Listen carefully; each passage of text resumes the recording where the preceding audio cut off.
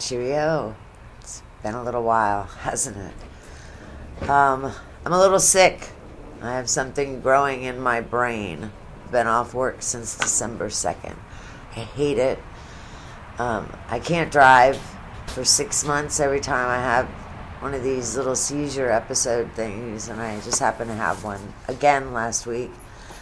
There's nothing more creepy than waking up in a hospital and you have no idea. And I woke up recently one of these times with no pants on, and that's kind of freaky as well. This most recent time, Sal at least had the wherewithal to get some pants on me. So thank you to Maria for keeping tabs on me. She sent me these gorgeous flowers, so thank you, Maria. And if something were to happen to me, Maria will let all of you know. She's on my death notification list, and I need to send her my my channel name and stuff. Anyway, the Menendez brothers. I don't see that anyone's really talking about this. Do you realize they could be out Thursday? Now, it's very, very unlikely, but they could be. They could get an extremely left-wing judge that just says, okay, let them go. They've been in jail. Well, they've been in jail and prison since 1989. It's a long time. You know? So let's think 25, 30, 36 years, long time. And you say, well, they murdered their parents. Well, you guys know why they murdered their parents. Well, they murdered their parents because Dad was doing naughty things to them. Naughty things. He was also, Dad was in the record industry. Hollywood's a creepy place. Look at Harvey Weinstein. Look at all these guys. I mean, not all of them, but lots of them. Diddy, right now. There's a lot of people, a lot of celebrities stayed away from the Met Gala. A lot of them are staying away from Beyonce's concert these days. I wonder why. The Epstein list may be released. Anyway, I should just be quiet. Anyway, the Menendez family supports the brothers being released as well. So that's another positive. I believe that the judge is going to sentence them to 50 years or something. Well, they've already served 30-something. And the way California goes, I mean, they could be up for parole next year. Who knows? They're in a prison just about 2 miles north of the Mexican border. It's right in San Diego. It's called, oh shoot, I didn't write it down. Here, come look. Just come glance. I was able to repair it. I was having a problem. My family got me lights for Christmas, so. Oh, that's great. Yes, isn't it? So. How did you do it? I went in. Your own film. When they were finally convicted. Remember, their first trial ended in a mistrial. Okay, I watched most of that trial as well. I was in school. I was able to watch it, and I thought they were totally lying. I thought these two kids are the worst actors, bad actors. When they were finally convicted the second time, the judge ruled that they never ever be allowed to serve their sentences together. Well, in 2018, that was overturned. So they've only been together now 7 years this time. But there was no reason to keep them apart. And especially now that we know they were telling the truth. And I remember watching Lyle. So Lyle's the older one. He's the one that's bald. You guys know that? He was wearing a wig the whole time. His father made him wear a wig because he was ashamed that his son was balding. I remember watching that thinking, this kid needs some acting classes. And he was telling the truth. Oh my goodness. Okay, so this prison that they're in, I mean, all prisons are terrible. But it was designed for 2,200 inmates. It has 3,559. That's 3,600. So they're packed in there very, very, very tightly.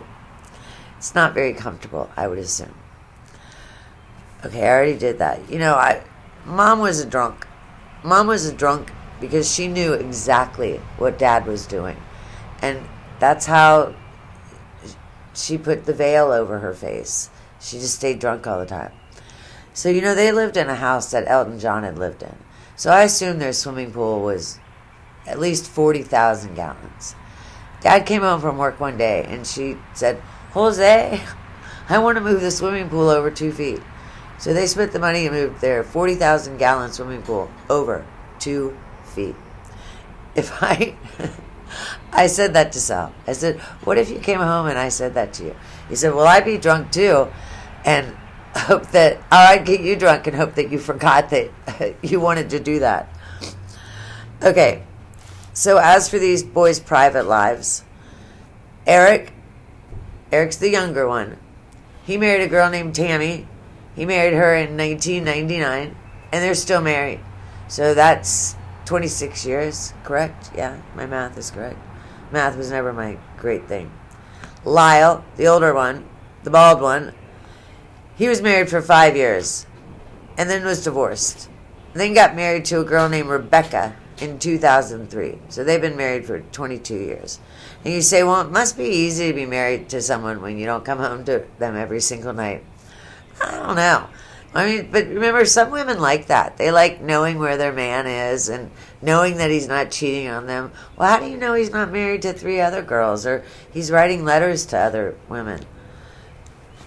So in California, conjugal visits are allowed. However, these 2 boys they're not allowed to have conjugal visits because their crime involved a family member. So that's the one rule. You can have conjugal visits if you're sentenced to life, but not if your crime involved a family member. Okay, so these guys, it's been, I believe, 1.5 years since a judge ruled that they were eligible possibly for resentencing. 1.5 years. Well, they're still breaking the rules. Now, they haven't broken a lot of rules while they've been in prison. And they haven't broken intense rules. Neither have been busted with an 8-ball up their high hole. But one of them just got busted. I think Erik. Which one's Erik again? Erik is the younger one. The younger one just got busted with a cell phone. Okay, so think about the cell phone. How did that cell phone get into the prison? Well, I guess, I didn't think about this. I guess a prison guard could have brought it in. I was thinking, someone had to put that somewhere into their body, which means now you're touching it. And I don't care that it was in a bag. It was still in your body. In that private, very private part of your body. And now you're touching it. But, I don't know. If I'm in prison, I'm probably pretty happy I don't have a cell phone. I want a cell phone so I can play Golf Clash. That's it. Did you know that the tablets, or California inmates have tablets? So they can read news and check emails and things. I find it hard, and apparently they're not allowed on social media. I find it hard to believe that one of those guys in there, especially in California, in the technology land, have not figured out how to break through the firewall, the prison firewall, and get onto social media. I find that hard to believe. Okay, so just some quick side notes. Here's some ways you can earn time off your sentence in California. You can earn, for every 52 hours of yoga that you take, you can earn 10 days off your sentence. Maximum of 40 days per year. Even so, you think, well, that's not very much. That's still 4 hours a day. That's a lot of yoga. Well, Sal's sitting here. He's like, well, you don't have much, anything else to do. I don't know. I've never done yoga. So, I've seen it, but I don't know that I could do it. Definitely not 4 hours a day. You can raise service dogs. And if you raise a service dog, the dog gets to live in your cell with you. That would be nice unless your inmate roommate doesn't like dogs. Now, here's something that's interesting. These guys have done some nice things while they've been in prison. One of them, Lyle, begun the charity for raising dogs in prison. He raised $100,000 even for artificial grass. you'd think they have plenty of grass in jail. They have yards and stuff. You just have to clean up the poop. But that's something he did. But I most definitely, if I'm in prison, I most definitely am raising an animal. 100%. Lyle also raised $250,000 to beautify the prison, to paint murals on the walls. And they've painted a 1,000-foot mural, I believe, at Donovan, where they are. Erik has become proficient in sign language. Now, I'm not too sure how many deaf inmates he's, socializing and talking with. Did you know that I used to be proficient in sign language? I was born deaf. And I was one of the experimental kids with tubes when they first started putting tubes in the ears. And the tubes worked. But they told my parents, hey, you should teach her sign language while she can hear.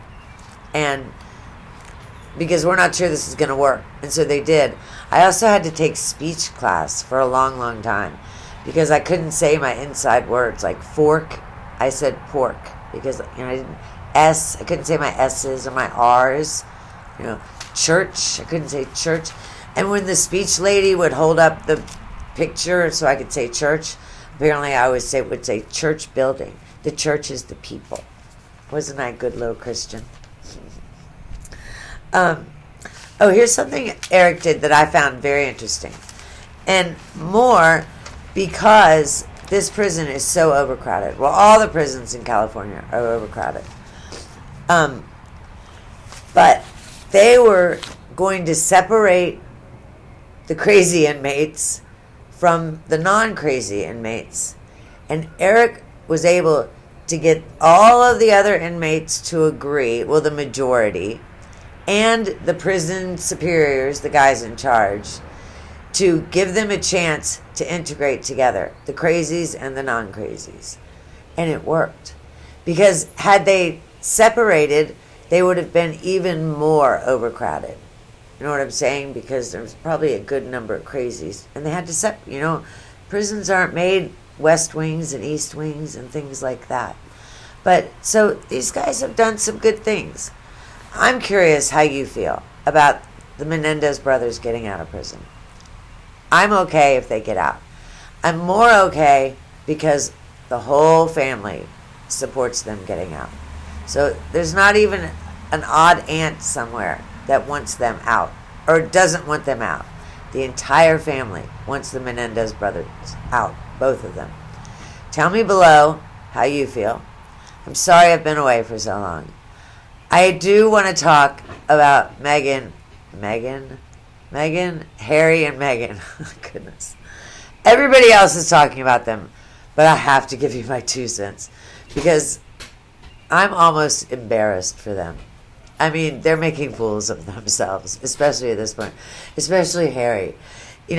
Scott Rausch, he's from the behavior panel.